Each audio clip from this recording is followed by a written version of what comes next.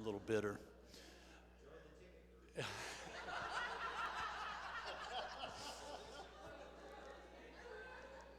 I heard a lot of people were getting calls to join the cyber choir, and I didn't get a call, Brother Wolf. And I just want you to know, Brother Fisher was always talking about balance. So tonight, to balance out the music emphasis of JCM, we've canceled the concert, and I'm going to preach for 3 hours.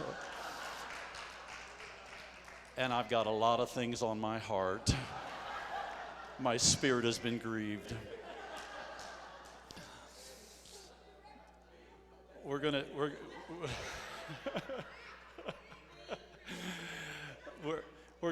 hear from Brother Wolf, but this is a true story. Tommy Galloway and Brent Norton, one music conference choir recording night. It was a big deal. Larry Goss was there. Brother Wolf was going to probably make another, gold or platinum or whatever the record things are. And Tommy and Brent, when Brother Wolf turned his back, slipped into the front row of the recording choir. The mass choir recording night. Yeah. And so when he turned back around, the vocals had been, and here's Brent Norton and Tommy Galloway. And so Brother Wolf didn't know what to do. These are theology majors. I'm bitter about that. There's theology majors, terrible voices, we're going to record, Larry, go, all of this. What do we do? These guys are awful. They can't. So, well, where do we go? Put them back there by Butler. That's what we'll do. Put them back there by Butler. Yeah. So I forgive you for that D- in choir. How do you get a D- in choir? I forgive you for that. I'm a little bitter about this.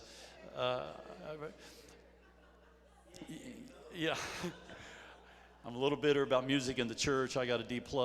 I'll blame the choir on Gillette. But anyway, Brother Lanny Wolf is here. We love him and appreciate him. Come on. Enough from me. Here is the one and only.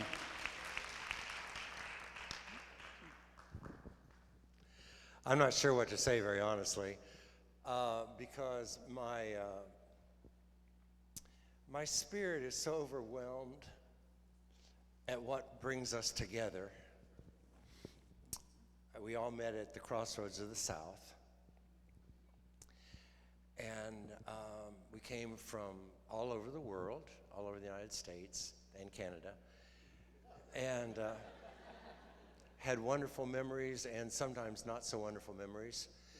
But there's something about the camaraderie that we share that you can't really put words to. And it's something that, as a songwriter, your toolbox is words and lyrics and melodies.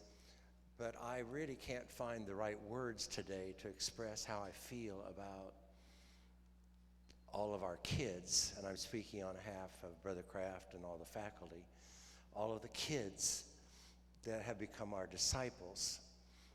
And Judy was telling me, she called me one night on the way home from church, and she said, Brother Wolf, see, speed dial, wrong number. She said, I just had to tell you that, I want to take this opportunity to thank you for all that you put into my life, and you took a little girl from Blue Goose and took me under your wing. And she says, every time I direct and every time I play, there's a part of you and me. And that is one of the most gratifying things in my life. A gentleman called me, and actually I didn't have time to take his call because I was in a meeting, so I said, I'll call you back, is that okay? So he introduced himself, and I didn't know him, and he said, you wrote a song that changed my life. He said, the song is Only One Life. And he said, when I was a teenager, I heard that song, and I don't even remember all the words, but that word, only one life, 'twill soon be past, only what's done for Christ will last. He says, that has molded my philosophy for my entire life. And so he tried to explain who he was, and I forget his first name right now. His last name is McPherson, and he says, I'm involved in archery companies, and I'm involved in guitars. Some of you may be familiar. McPherson Guitars. And he and his wife have been involved. He says, we support over 700 missionaries. And they have all kinds of companies. He's on Forbes 500 lists. But he says, I want you to know, I've never met you, but the song you wrote molded my philosophy for putting Christ first in my life. So I was overwhelmed, of course. I didn't know her name. She grew up in Germany. Her name is J. Hyde Park. And I saw a YouTube clip, and I was overwhelmed because she was playing Someone Is Praying for You on violin. She studied in Germany, and she's Korean. She did a U.S. debut at Carnegie Hall and Kennedy Center. And so she's playing Someone Is Praying for You at both of those venues. Now, Marita, if we'd been invited to either one of those, we would have never chosen Someone Is Praying for You. But it just so happened that that song resonated tremendously in the Asian communities. So I'm only saying that not just with teachers who are involved in music or songwriters, but all the faculty, all that we've done, we will never be able to understand the impact of what we at JCM had on the lives of you all, and what impact you have on the lives of the next generation. So it's a wonderful thing to be a part of that. Marita, who was the girl that she was FPC and she died of cancer? You were her friend? Helen Packer, yes.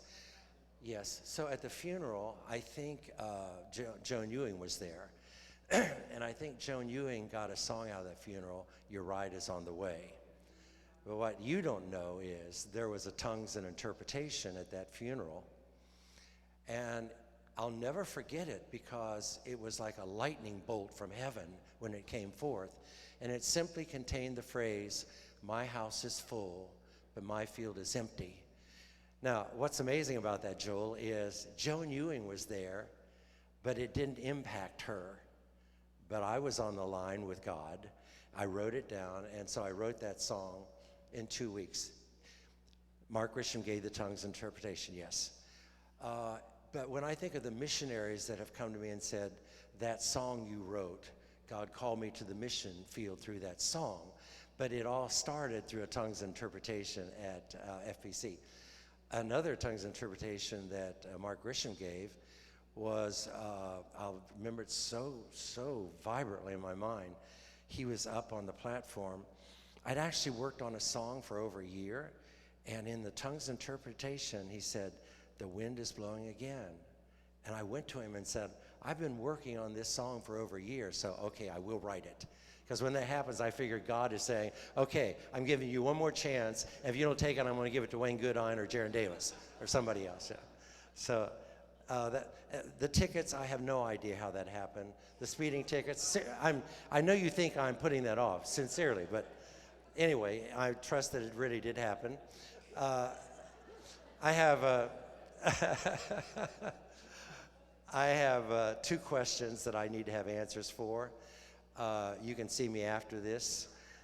Number 1, if there's anybody here or you know anybody that was responsible for TPing 1654 McClure Road. 5,000 times, thank you. I remember Marita came out in her robe and she was mad. I was mad because we were the ones that had to clean it up. And all the people with toilet paper say, oh, we love you. We're going to TP your house again. So if you know the ringleader of any of those, I'm taking names. Who? Okay, I'll see him after. Okay. And then I need the names. I need the names of people who taught my daughters how to hotwire a monitor to bring in TV stations. Now, what's not funny about that is I never knew about that because I was very faithful to the monitor, you know, whatever, and no TVs, I was. But my girls and Rob Vaughn, you know, it's like somebody taught them how to do this. It's probably Tim Newstrand. Anyway, I'll just tell you one humorous thing that I remember about, you know, all you folks that were involved in the mass choirs, when I listened to the mass choir songs, and you'll understand this, because they were wonderful songs, but so many of them, Wayne, when I'm listening back, I said, oh, I totally forgot that song, like the Tickets, you know? And I said, that's a great song. So we had wonderful times, but boy, when I think about what we did at music conference, people, it just scares the snot out of me. When you people who were involved, I mean, some years we had 500 participants, we had 200 seminars, we had 60 committees, and when I think back about how we did it, I don't know how we did it. I do remember the Monday afterwards when we had to clean up, you know, but it's like God was in it, and God blessed it, and so many people's lives were impacted. One year at City Auditorium, we were doing one of the new musicals. I think it was Thou Shalt Call His Name Jesus, and some of you were there for that one. So we were able to secure 3 camels from Missouri to come down, and so, yeah, it was, oh Lord.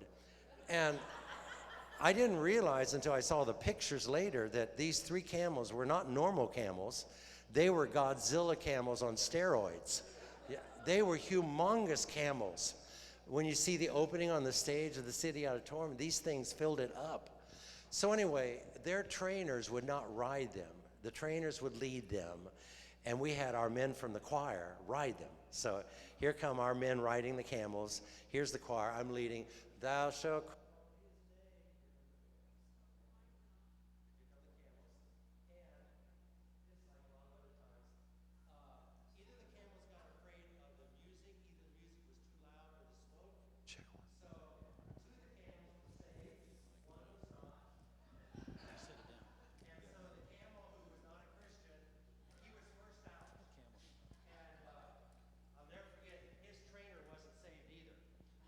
Thank you very much. Because here, thou shalt, and the trainer's back here. The camel had backed up, and the camel's left foot, or whatever you call those things, was hoof or whatever, was a foot from the orchestra pit. So the camel's here, there's a foot, and there's the orchestra pit with a 9-foot grand piano that we had to rent for the City Auditorium. Think about this. So here's the camel, here's the trainer, and thou shalt call, and the trainer is, I don't know what language I heard the cuss words, and seriously, the trainer couldn't get traction, he couldn't get traction, the camel couldn't get traction, so they're pulling at each other, and the trainer is getting louder and louder. Thou shalt call his name, and I see Marita pushing the sopranos into the bass section. Because number one, I'm trying to just hold things together. I wasn't totally aware of what was happening out here, but Marita and the choir, they were. In the wing was Al Ledoux, who was on the police force with his gun. He had his gun pulled, ready to shoot the camel. Okay. I'm not making this up. What? Well, you were scared because you were seeing what I didn't see. Thou shalt call his name. And I'm moving over with the choir. Thou shalt call his name. Here's 2 Christian camels, and here's this fight going on. Here's Al Ledoux ready to aim. It would just been my luck he'd missed the camel. So anyway, you know what would have been tragic about that is if the camel had slipped into the pit, fallen on the piano, besides all the legal business about the cost of the piano, it would have probably freaked the camel out. The camel could have started running through anyway, God help us. So that was the camel. I decided after that performance that we'd never use camels again. Never again. Certainly never 3 of them. Carl, are you here? Carl Barley, he's in the other one. So he was doing music on his church, invited me just as the guest. So here I am in the front row. So you would have thought he would have learned the lesson, but no. So he used a camel. Here is this huge camel. The camel stepped right over me. The camel was supposed to come up here, turn left. The camel stepped over me on the pew. I'm looking up at the... That was the camel's... The chickens, we tried several things with the chickens. We would always tie them down with a brick and put hay around there. We would put the chickens on top of the manger scene, you understand, and then tie them with a brick so they couldn't get off. Well, one drug the brick to the front. Brother Kraft, this was at the church, and fell over and hung himself on the front of the manger. Dinner, supper. Thou shalt call this. One last chicken story. This was the same night that Sister Kraft was singing "Underneath His Everlasting Arms," and the chicken flew over her. Chicken flew over her into the auditorium. Okay.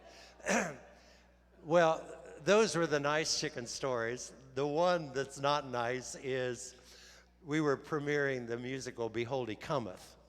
Okay, forget I said that, but that's the name of the musical. So we had two chickens tied with the bricks on top. Somehow they managed to pull the bricks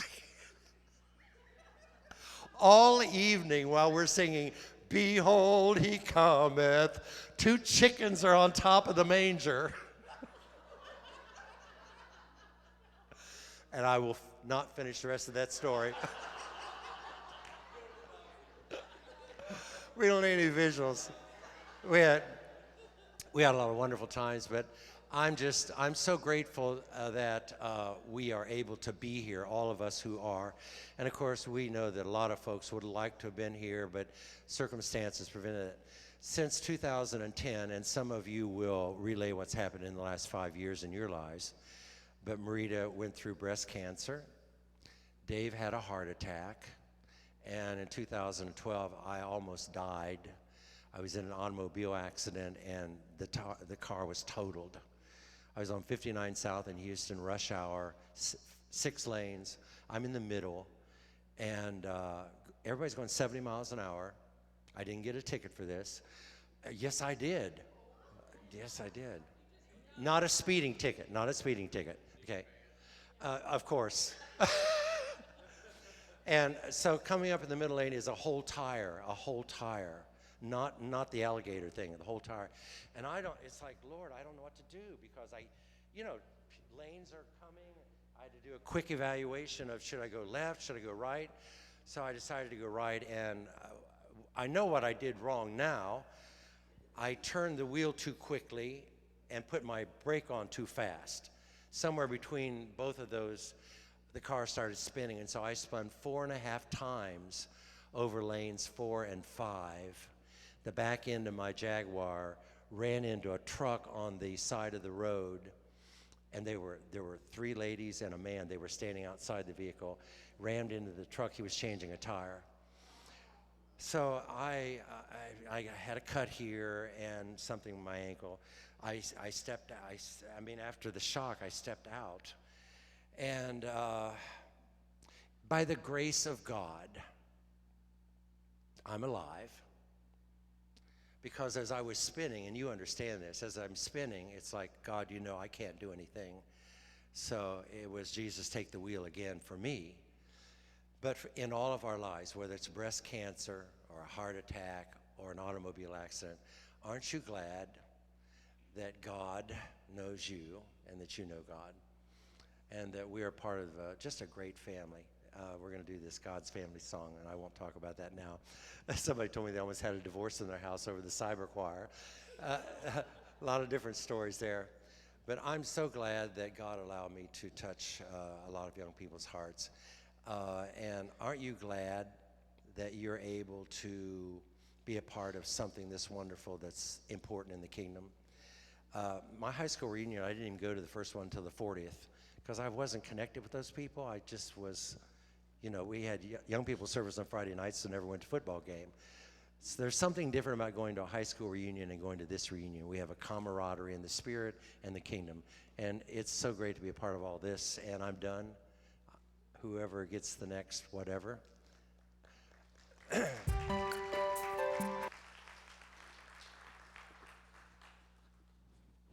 We've had a wonderful time here today, and we could just go on and on and on. And I know you guys know that We do this every 5 years, so if we had to stay a little bit longer, I apologize, but I think we've enjoyed it. Have you guys had a good time? I do need to say, as chairman of the 70s Breakout Committee, I have to say thank you to a group of people that I could not have done this without. Joel Lewis, oh my God, just invaluable help. Sandra Davis Rooks, Marita. Let's see, Judy Anderson Carlos, are you around here? And Teresa Price Covey. And I honestly don't know how we got any work done. We had these conference calls and just laughed our heads off for hours and all. But we did get something together, and I think it went well, and I appreciate you guys helping with that. We are just about to dismiss. I want Ron Looney to come. He's got some announcements about tonight. Immediately after dismissal, I want to invite all of you to be a part of tonight, the representation for the 70s group. We will be running through a song. It will take 10 minutes. 10 minutes just to run through it one time for tonight, and it's invaluable that you stay for that. I know you're hungry, but we can't blow it tonight. Okay. James Shockley, everybody. What a great job the 70s group did. All right, we'll be saying more about the committee Saturday before we go home, but I want to remind everybody tonight it starts at 6 o'clock, so you got the whole afternoon. I know the 70s group is still migrating maybe over to Dave & Buster's. Is that right, James? 70s still going over to Dave & Buster's? Okay, so hang out, eat, bowl, have a good time. Tonight at 6 o'clock, we're going to have our meal. It's not formal. We're going to have a good time. It'll last till about 7:30. There's going to be entertainment. The 70s and 80s group has something going on. We've got a fantastic brass number that's going to blow you away and some other things. So don't want to miss tonight. And then between 7:45, we're going to break for about 15 minutes, and there'll be folks perhaps coming in for the concert, which starts at 8. There is tickets available at the door, so if you know anybody from the general area that would like to come and mingle with us and enjoy an incredible concert, you don't want to miss tonight. Today has been incredible. God bless y'all. Oh, one last thing. Name tags tonight. Everybody must have a name tag tonight, and registration will be open prior to the meeting tonight. So God bless everybody. James? And Jeff Butler, thank you so much for your help today. I didn't mean to overlook you. All right, so everybody is dismissed. If you want to be a part of the 70s performance for tonight, please come up. You may not can get on the stage, but 70s chorale people, come on up to the stage. It's going to be fun, guys. You won't want to miss out on this. We're going to do something a little different with a twist, kind of edgy like. All right, let's do it, guys. We're hungry.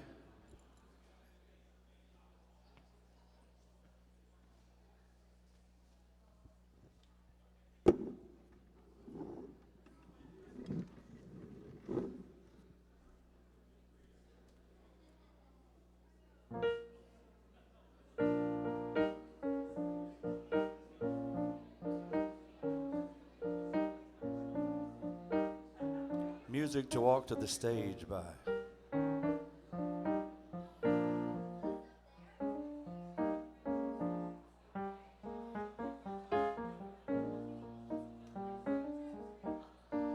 Dave & Buster's is at the mall.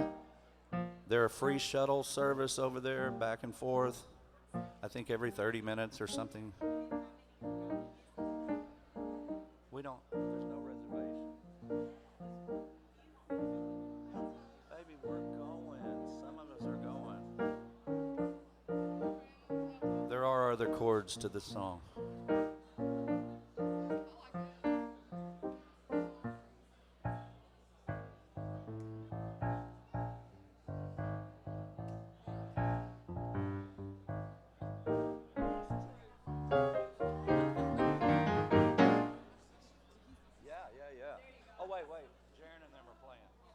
Aaron's playing.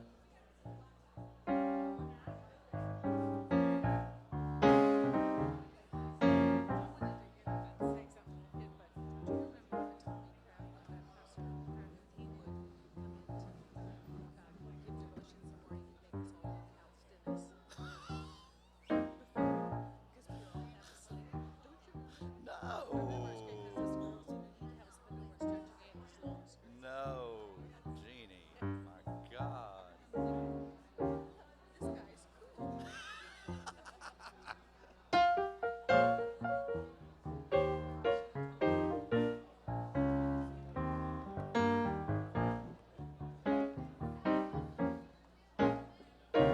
You tell him, Vonda.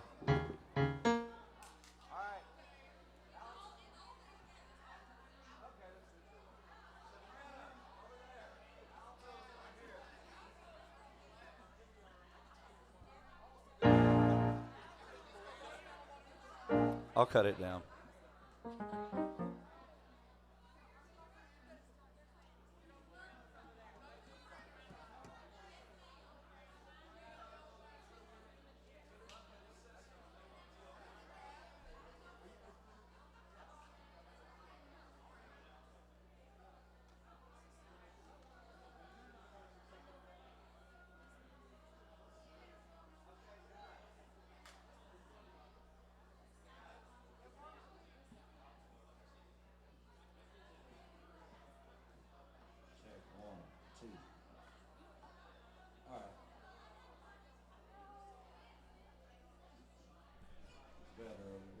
Okay, guys, listen up. You can talk over lunch.